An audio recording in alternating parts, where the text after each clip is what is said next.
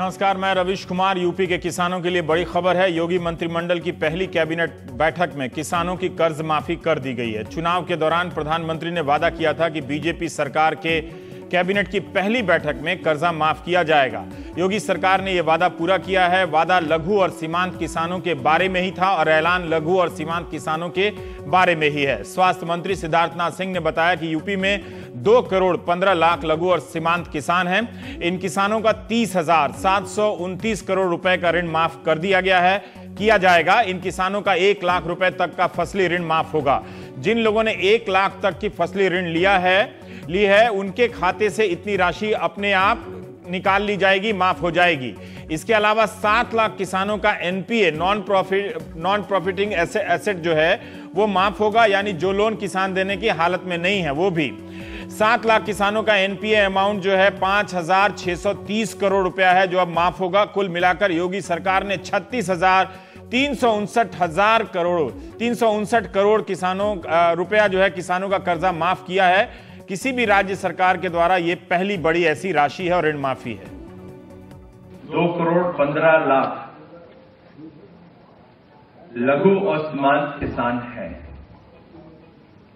उनका हम लोगों ने जो ऋण माफ किया है वो है 30 करोड़ 739 करोड़ रुपए की है। 30,729 करोड़ 30,729 करोड़। 1 लाख रुपए तक की जिन्होंने ऋण लिया है उसको वहां तक की उनके अकाउंट से उनको माफ किया जाएगा। कोई 7 लाख किसान और हैं जिन्होंने लोन लिया था, वो लोन एनपीए बन जाता है। उनके जो लोन का अमाउंट है वो है 5630 करोड़ 630 करोड़ 5,630 करोड़। और ये जो लोन है ये फुल हम लोगों ने राज्य सरकार ने इसको माफ किया है। एनपीए को पूरा माफ कर दिया है। बाकी 1 लाख तक का ऋण माफ हुआ। फसली ऋण मतलब बीज खाद के लिए बुआई के समय लिया जाने वाला कर्ज। ये बहुत बड़ी राशि है। हर तरह के बैंक इसमें शामिल हैं। ग्रामीण बैंक, व्यावसायिक बैंक, सहकारी बैंक। सिर्फ जिन्होंने महाजन से लोन लिया है उनका माफ नहीं होगा। 36,000 करोड़ की राशि कहां से आएगी, इसके लिए मुख्य सचिव की कमेटी रास्ता खोजेगी। सिद्धार्थनाथ सिंह ने साफ साफ कहा है कि यह माफी इसी वित्त वर्ष में होगी। बजट में राशि मंजूर की जाएगी और उसके बाद से प्रक्रियाएं शुरू हो जाएंगी। इसके अलावा योगी सरकार ने यह भी फैसला किया है कि यूपी में गेहूं खरीद के 5,000 केंद्र बनाए जाएंगे। किसानों के लिए पानी और छांव की व्यवस्था की जाएगी खरीद केंद्रों पर। वहां पर पैसा सीधा किसानों के खाते में जाएगा, बिचौलिए के खाते में नहीं जाएगा।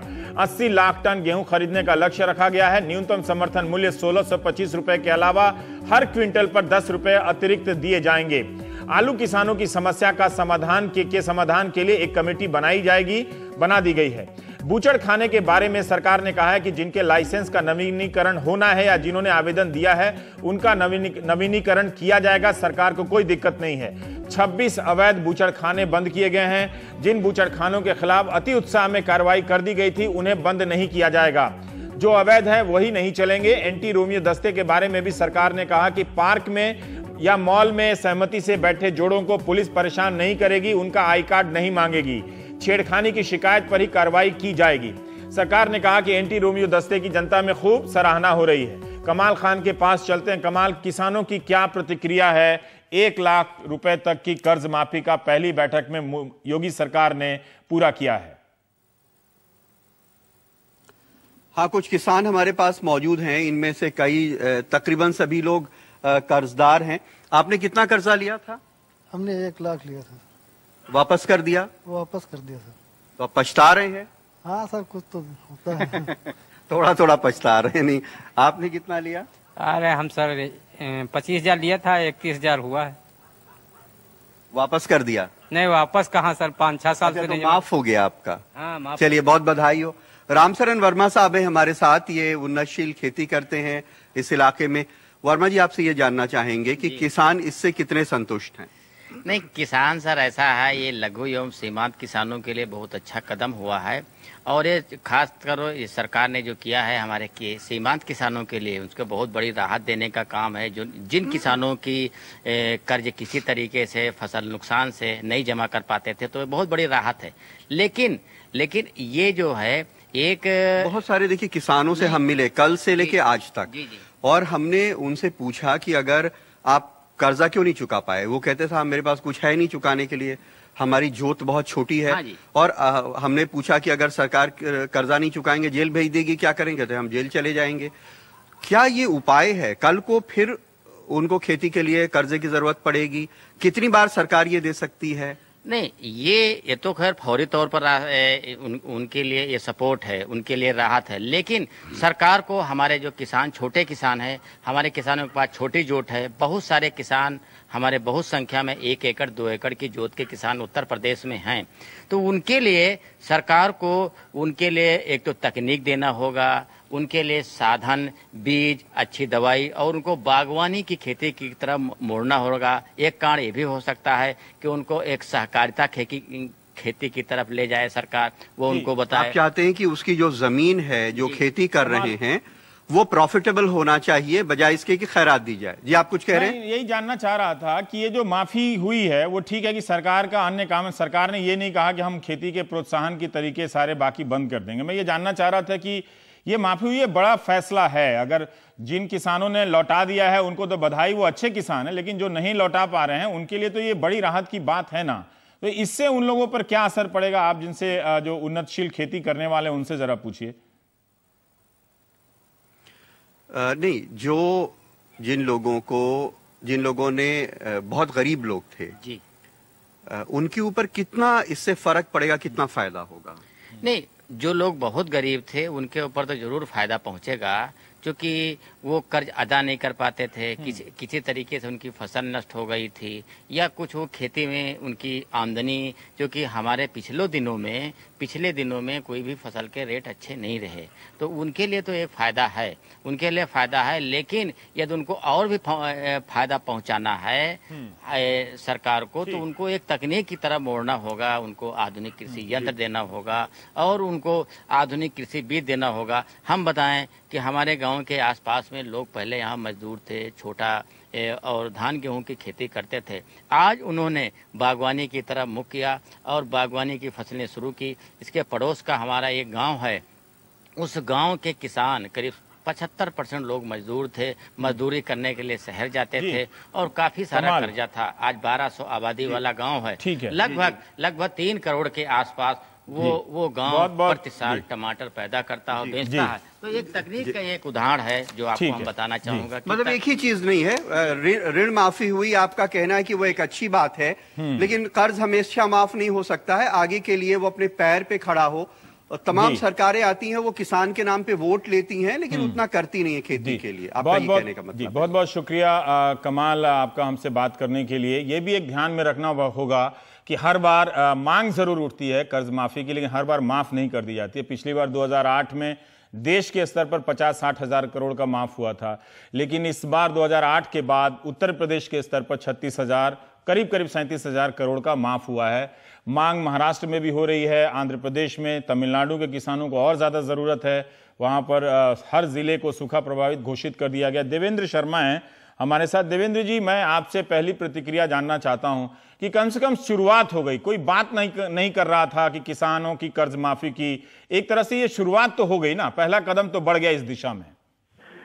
रवीश जी, इसमें कोई दो राय नहीं है कि ये शुरुआत हुई है और कम से कम देश में सारे में एक मैसेज जो गया है, या जो ये इशू है किसानों के कर्जे का, ये कम से कम एक सुर्खियों में आया है। मुझे लगता है कि यही एक बहुत बड़ी अचीवमेंट है इस बात की। और अपेक्षा हम करते हैं कि भी आगे जैसे जैसे समय सरकार का आगे संभालेंगे वो अपना कार्य, तो उसमें वो और भी इस तरफ ध्यान देंगे। ये लेकिन मैं आज एक बहुत जिस बात से खुश हूँ रवीश जी, वो ये है जो योगी जी की सरकार ने जो कदम लिया है कि वो गेहूं की जो अभी तक सिर्फ 3% खरीद होती थी। यूपी इतना बड़ा प्रदेश है, सबसे ज्यादा गेहूं यूपी में पैदा होता है, लेकिन उसके बावजूद भी मात्र 3% गेहूं जो प्रोक्योर होता था, ये प्रधानमंत्री ने रैलीज में भी कहा था।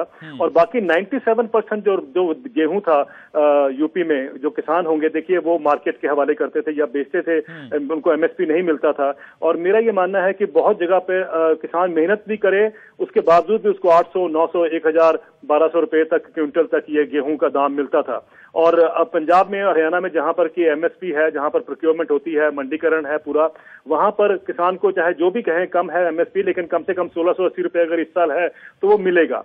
तो ये मुझे लगता है कि जो सरकार ने वहां फैसला लिया है कि 8 मिलियन टन यानी तकरीबन 80 लाख टन जो कि पूरा यूपी का कंट्रीब्यूशन होगा, वो सारे का सारा जो है वो सरकार खरीदेगी। मुझे लगता है कि इससे बड़ी डेवलपमेंट कोई नहीं हो सकती, जो कि सारे देश में खेती को एक नया रास्ता दिखाएगी, क्योंकि सारी कोशिश थी सरकारों की पीछे कि एमएसपी से हटाया जाए और किसानों को मंडियों से बाहर किया जाए, एपीएमसी को बंद किया जाए, और ये सब कोशिश चल रही थी। लेकिन योगी जी ने जो एक रास्ता नया दिखा दिया, मैं देख रहा था इसकी रिपोर्टिंग करेंगे तो मुझे भी, देवेंद्र जी, मुझे भी लग रहा था कि एक बड़ा फैसला है एमएसपी के दायरे में 80 लाख टन को खरीदने की जो बात हुई है, लेकिन हर कोई मिस कर गया, कर्ज माफी पे चला गया। मतलब अगर कर्जा माफी हुआ है छोटे किसानों का और सरकार सारे के सारे गेहूं या अधिकतम गेहूं खरीदने का अगर लक्ष्य रख रही है, उस फैसले में श्रीकांत शर्मा ने यह भी बताया, जो मंत्री हैं कैबिनेट की, जिलाधिकारी को निर्देश दिया गया है कि अगर मांग बढ़ जाती है तो 4 की बजाय 5 या उससे भी ज्यादा खरीद केंद्रों की स्थापना करें। तो आप ये कह रहे हैं कि इससे किसानों के हाथ में थोड़ा पैसा भी आएगा, और ये एक ज्यादा बड़ा फैसला है पूरे प्रदेश के स्तर पर। देखिए, अगर आप पंजाब के किसानों को देखें, पंजाब के किसानों की चाहे प्रोडक्टिविटी बहुत दुनिया में सबसे ऊपर है गेहूं और धान की, लेकिन सबसे बड़ी बात है कि किसान को वहां पर एक न्यूनतम मूल्य मिलता है, अश्योर्ड इनकम मिलती है, अश्योर्ड प्राइस मिलता है। यही एक कारण है कि किसान ने डाइवर्सिफाई नहीं किया। पंजाब में बहुत कोशिश हुई कि किसानों को कहा जाए कि आप सरसों लगाइए या कोई सनफ्लावर लगाइए या जो भी लगाइए, लेकिन वो नहीं किया। लेकिन अगर यूपी में ये कदम होता है, मुझे लगता है कि बहुत इंपॉर्टेंट है, क्योंकि यहाँ तो कभी हुआ ही नहीं है। और आप ये देखिए कि आप गन्ना बेल्ट को छोड़ दें तो बाकी जो बेल्ट है सारी यूपी की, जिसमें ईस्टर्न यूपी भी आता है, उसके लिए कितनी बड़ी डेवलपमेंट है ये मुझे लगता है कि इसको देखना चाहिए। और अभी मैं आशा करता हूं कि गेहूं से शुरुआत हुई है, शायद धान के टाइम पर धान की भी खरीद होनी चाहिए, और बाकी सरसों की और ये जो बाकी फसलें हैं, टमाटर की, इन सब की जो खरीद होनी चाहिए। अगर ये योगी जी कर पाते हैं और इस बात को मेंटेन करते हैं, तो मैं आपको दावे से कहता हूं रवीश जी, ये सारे देश का नक्शा जो है खेती बदल का सकता है। तो एक बड़ी बात है, इसलिए श्रीकांत शर्मा जो उनके कैबिनेट मंत्री, उन्होंने सबसे पहला इसी घोषणा इसी की, लेकिन पत्रकार और टीवी के एंकर कर्ज माफी के लिए ज्यादा तैयार थे। लेकिन फिर भी आप इन दो बातों के लिए लड़ते रहे, तो आपकी हिसाब से तो एक जीत है।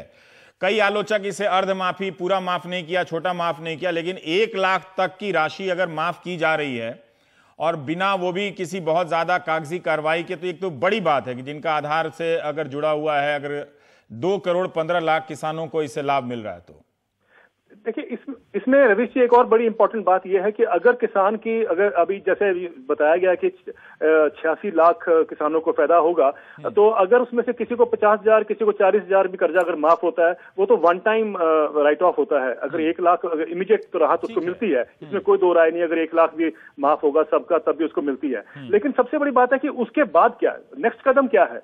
अगर नेक्स्ट कदम में अगर उसको एक मिनिमम सपोर्ट प्राइस पे मिलता है, मुझे लगता है कि योगी जी के पास इतनी कैपेसिटी है आज, और इतना उनके संकल्प भी है, मैं जानता हूं कि अगर वो उसके एमएसपी प्लस 50% भी, जैसे कि स्वामीनाथन कमीशन ने कहा था, जैसा कि प्रधानमंत्री जी ने पहले प्रॉमिस भी किया था, अगर कहीं योगी जी ने ये कदम ले लिया, तो मैं आपको दावे से कहता हूं कि सारे किसान जो देश के हैं वो योगी जी के साथ होकर चलेंगे, क्योंकि ये बहुत बड़ी डेवलपमेंट है। क्योंकि सारी इकोनॉमिक सोच जो देश की है वो ये है कि एमएसपी को खत्म किया जाए और प्रोक्योरमेंट सिस्टम को खत्म किया जाए, बाजार के हवाले किसान को छोड़ा जाए। और ये मत भूलें हम कि सिर्फ 6% किसानों को एमएसपी मिलता है। बहुत बहुत शुक्रिया देवेंद्र शर्मा जी, बहुत बहुत शुक्रिया।